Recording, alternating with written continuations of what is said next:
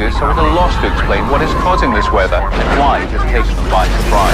That sudden drop in temperature as half an hour ago, Mexican officials closed the border in the line of so many U.S. refugees. Be prepared to go live to Los Angeles. Are you getting this on camera? What you see is happening now. Look over there behind me! That's a tornado! Yes! A twister! This is just massive.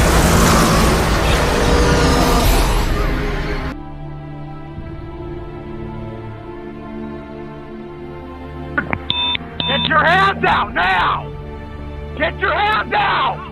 Get them out! Shots fired, shots fired. Get me medical here now.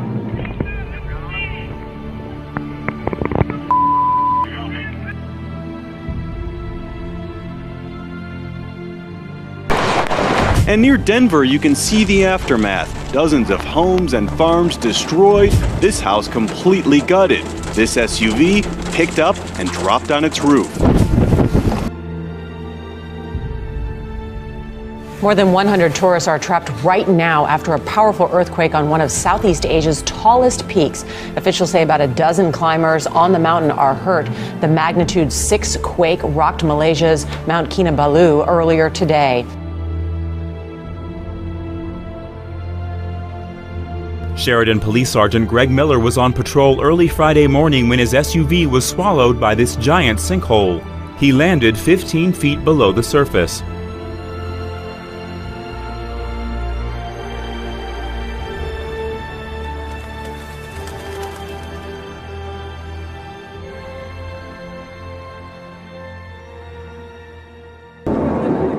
A spectacular sight in the Galapagos. Lava from a volcano flows relentlessly into the ocean. The Wolf volcano erupted last week for the first time in 33 years, sending flames and smoke soaring into the air. The lava has continued to flow since then. Tourists have been marveling over the sight. The volcano is one of 4 on the Galapagos' largest island, known as Isabella Island. The Galapagos island chain, 600 miles off the coast of Ecuador, is one of the most volcanically active regions in the world. There had been some concern that lava from the Wolf volcano might threaten the world's only colony of pink iguanas, but so far the lava seems to be flowing away from them. I'm Matt Sampson, The Weather Channel.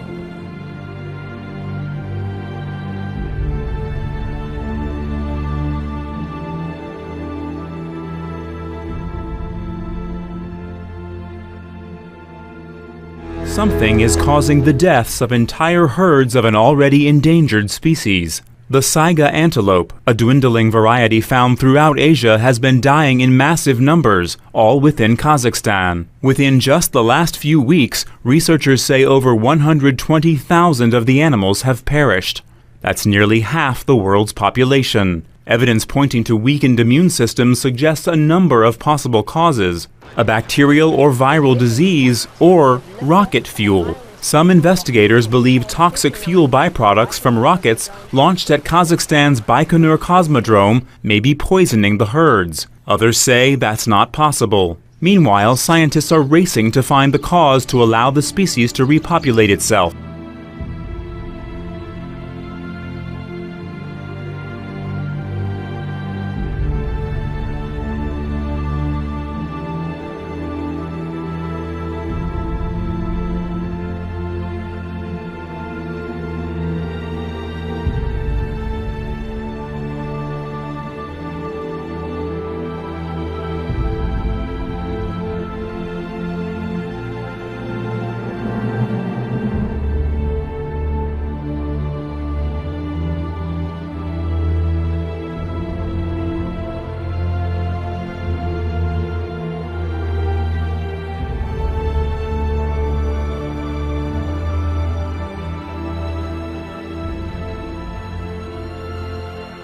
We begin this morning with breaking news out of Santa Maria. We are getting word of yet another crude oil spill. And News Channel 3 reporter Natalie Tavidian is live at the scene. Natalie, what do we know? It's not me.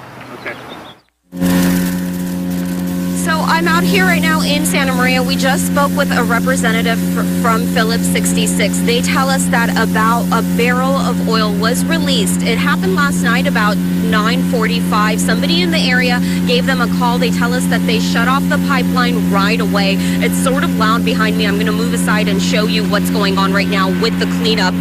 Phillips 66 tell us that they did shut down the pipeline as soon as they were notified of the crude oil, and they're out here cleaning up right now. There are several contractors cleaning it. They don't know exactly what the cause of this spill is, but they do say that there are no health risks. Now, when I first got here this morning, I did notice a little bit of a smell. There is a light smell out here, but Phillips 66 representatives, they do tell us that people in Santa Maria should not be alarmed. They say that there are no health risks right now, and what they're doing is trying to figure out what exactly the cause of the spill was. But again, they are doing some air monitoring, and they do say that there are no health risks. The cause of the spill does remain under investigation, and we'll continue to follow this and bring you the latest updates as it becomes available.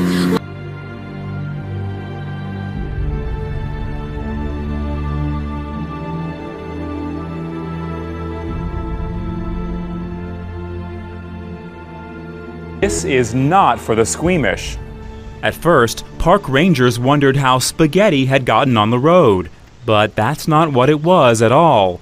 On closer inspection, they turned out to be small mounds of earthworms, one of the unexpected after effects of the recent devastating flooding in Texas. The mounds were mysteriously lined up almost in a straight line right down the middle of the road in Eisenhower State Park.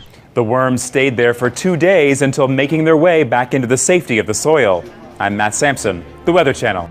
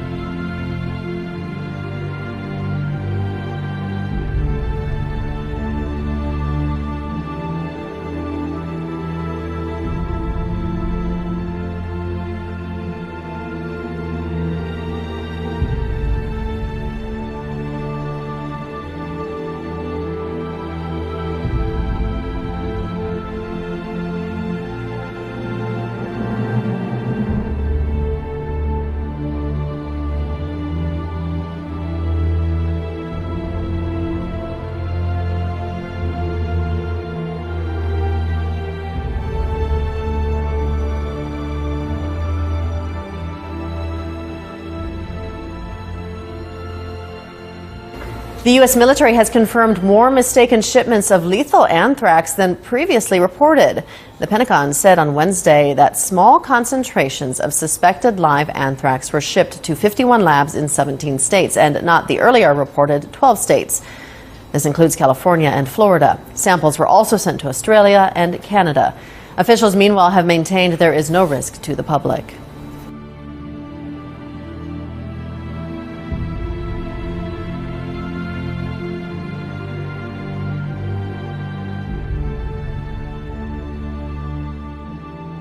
More than 100 tourists are trapped right now after a powerful earthquake on one of Southeast Asia's tallest peaks. Officials say about a dozen climbers on the mountain are hurt. The magnitude 6 quake rocked Malaysia's Mount Kinabalu earlier today. Charlie D'Agata is following the rescue operation from London. Charlie, good morning.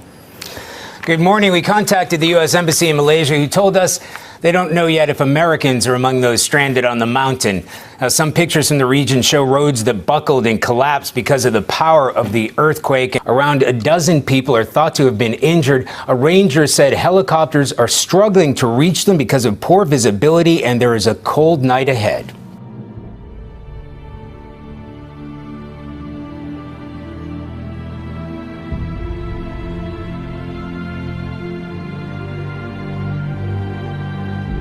Extreme weather, tornadoes across Colorado and Kansas overnight. 8 reported on the ground. Flash floods and hail also creating so much trouble. And ABC's Neil Karlinski is in Colorado this morning. Good morning, Neil. George, good morning. I can tell you that they're keeping us back because the scene here is still active. There are actually power lines down in the area. But take a look at this house. You can see the roof has just been ripped off, and there's an SUV over there that's been toppled upside down. And this is just one of roughly 30 homes damaged by tornadoes here overnight. Merciless, massive tornadoes. Tornado on the ground. Ripping across Colorado. Oh, it's violent. Terrifying drivers making their way home. Oh my God. Wow. And watch this extraordinary footage captured inside this Colorado funnel cloud. The winds whipping. Seconds later, actually picking up this 4,500-pound Ford Ranger truck with debris flying. The driver who was filming this is okay. His truck severely damaged. And near Denver, you can see the aftermath. Dozens of homes and farms destroyed, this house completely gutted. This SUV picked up and dropped on its roof. And it wasn't just tornadoes. Torrential rain and hail, hammering drivers, including us. Oh, loud clanks on the car that sound like it's denting it. People have been pulling over. And then there were these blinding bolts. Overnight in Kansas, drivers unable to see the roads, forced to pull over but still getting battered by winds and rain. And in Missouri, water has taken over many of the roadways, making travel dangerous. This big truck swept away. I can tell you the lightning and the hail and the rain just seem to go on and on overnight. Remarkably, there are no reports of serious injuries at this point, but more bad weather is expected to roll through the area later today, just what they don't need. Amy? All right, Neil Karlinski with the latest on that. And as you just heard Neil say, more severe weather in the forecast, tornadoes and flash flooding possible. Rob Marciano has been checking all that out for us. Amy, you want to start off with the flooding? Neil mentioned this, and a lot of the rain, not only from these storms, but from last week's storms rolling down the Red River. And now we've got an alert in Garland City. About 275 people have been evacuated as a precaution. A levee there is leaking right now, and they are very, very worried about that. So a number of issues to discuss. Obviously, the storms yesterday. This is in Loveland, Colorado. 25 homes damaged there. And Neil also mentioned that there's another threat for severe weather today. This will be day 4 where we expect to see the same areas getting hit. So Kansas, Nebraska, back through Colorado and Wyoming, the same areas getting hit. Likely for a 4th day, we'll see some tornadoes, large hail, and certainly some damaging winds. More.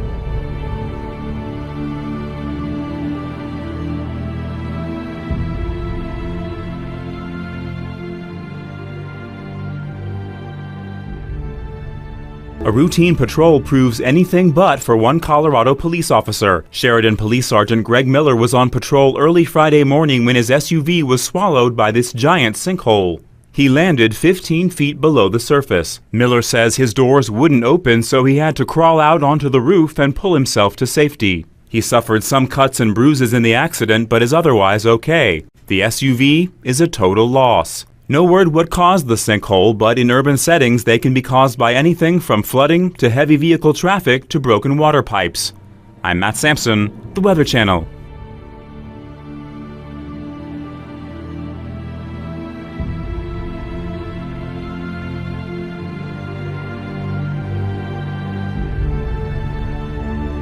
An unarmed man was shot and killed by police. The officer has since been cleared, but this 2014 case out of Utah is now facing renewed outrage because the man's aunt took it upon herself to upload this entire police body cam video of the encounter onto YouTube. And so we're going to play you much of that footage in just a second, but it had to be heavily edited because it is incredibly graphic in nature. So just to give you a warning, we first told you the story about Dylan Taylor back in August of last year. An officer shot and killed him in South Salt Lake, that's separate from Salt Lake City, after police responded to a call with a man with a gun.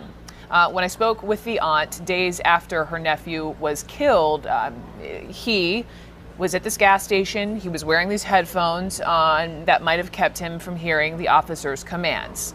That said, I want to play part of this for you. The first part of the video is silent. As the officer arrives on the scene, you see a group of people seeing the unit arrive. And now watch, you'll hear the officer turn on the audio on his body camera.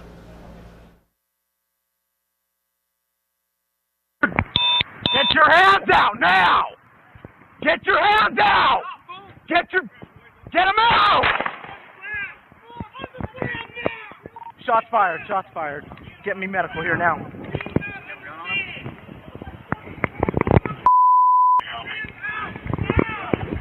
Hands. Give me your hands. Now.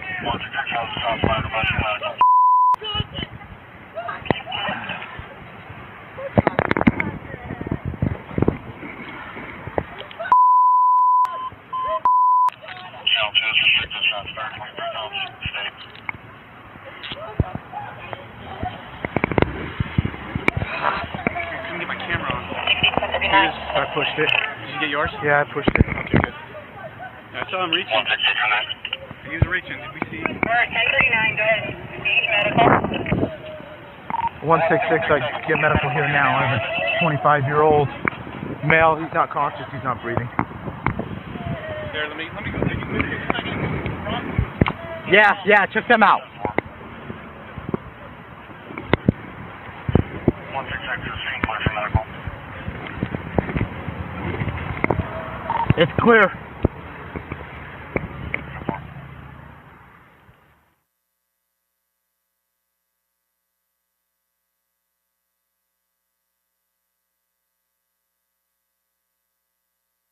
Come on.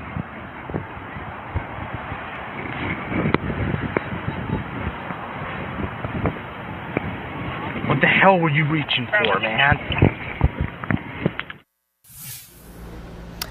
Later in the video, the officer says he cannot find a weapon on Taylor. The district attorney said Officer Braun Cruz was cleared. The officer reportedly thought Taylor, with his hands around his waistband, thought he had a weapon, thought he possibly had a gun. With me now, I have Cody Taylor, Dylan's half-brother. Also with me, Gina Thane, Dylan Thane's aunt, who uploaded the video. We spoke last fall. I just want to welcome you back, and again, my condolences. Thank you. Thank you. Gina, to you, we spoke last fall. Again, this officer involved has since been cleared. The justice system has played out. You decided to upload this officer's body cam, the entire thing, just a couple of days ago. Tell me why. There's so much controversy to it that people aren't aware of the brutality that's truly going on out there. I get choked up just even hearing it, and I can't even watch it all the way through anymore. But we need to make some changes. Dylan was brutalized and shot down in a parking lot, as are a lot of other people in Utah. It seems to be an epidemic. And the public don't know. They don't know that this is happening. They believe that if they don't see it, it's not happening. And even the Independent Review Board, what were they thinking? They didn't even see the headphones. They said it was inconclusive. So what did they really investigate? What was their independent investigation? So we, the people, have to take charge and try and make change. And if this is what it takes to make that change, for the public to see what's really going on, then that's what I did. I can tell, obviously, you still have questions. I want to ask you about specific changes you have in mind in a minute. But Cody, to you, have you, in the time that's passed since last August, have you, has your family heard from Officer Cruz at all? And if so, would you mind sharing what he said to you all? We haven't heard anything from Braun Cruz at all about anything to do with the case. I haven't heard about whether he's on the force again, or I haven't heard anything. Because he was cleared, and so if he wanted to return to his job, he could have. Do either of you know if he has? By the way, we reached out to the police department. We just haven't heard back yet.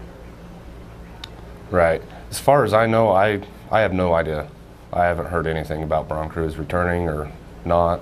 I have no clue. Okay. I have no idea either. I've actually gone to a couple of neighborhood meetings to try and implement change, and I have met face-to-face with Chief Burbank, and he didn't want to give me the time of day. I have not heard anything. I haven't heard any apologies, nothing from their entire department.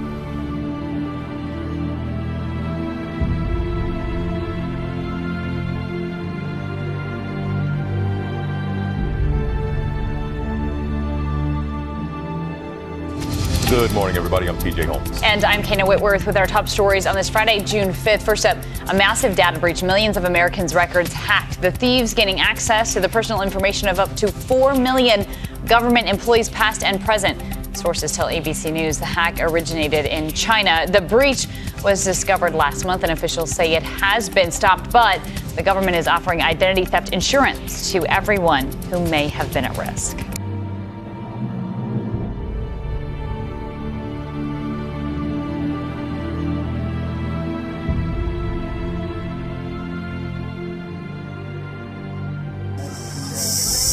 Those geese are angry. You would be too. Their beautiful Georgia lake, where they just had their babies this past Mother's Day, is gone.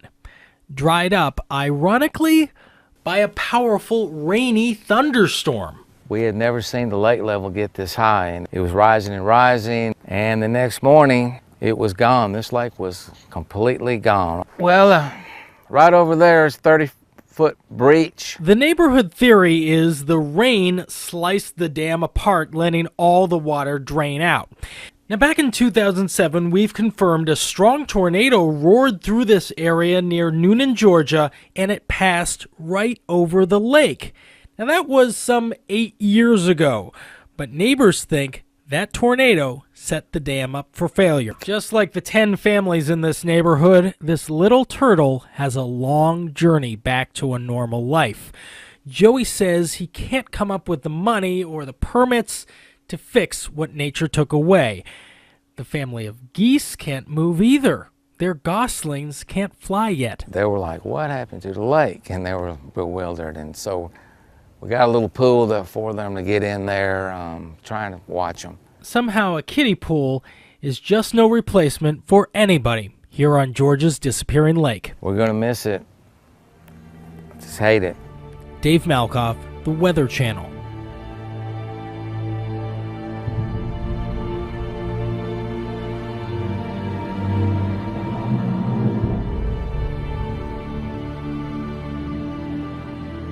News in Barrio Logan, where a water main break caused this massive flooding. 10 News reporter Matt Mendez is live from the scene. This is no ordinary water main break, Matt.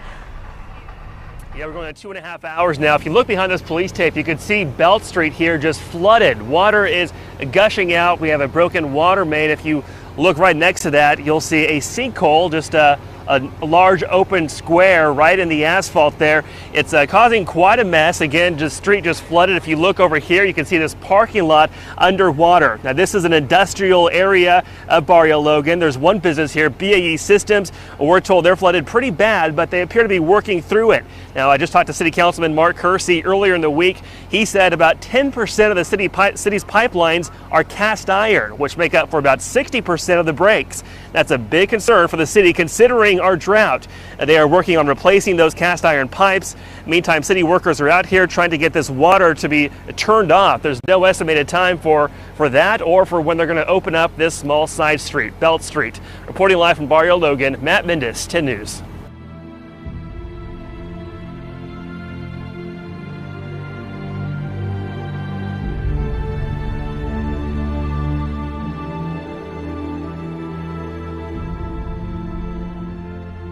Among the dead was a 12-year-old schoolgirl from Singapore and a 30-year-old local mountain guide.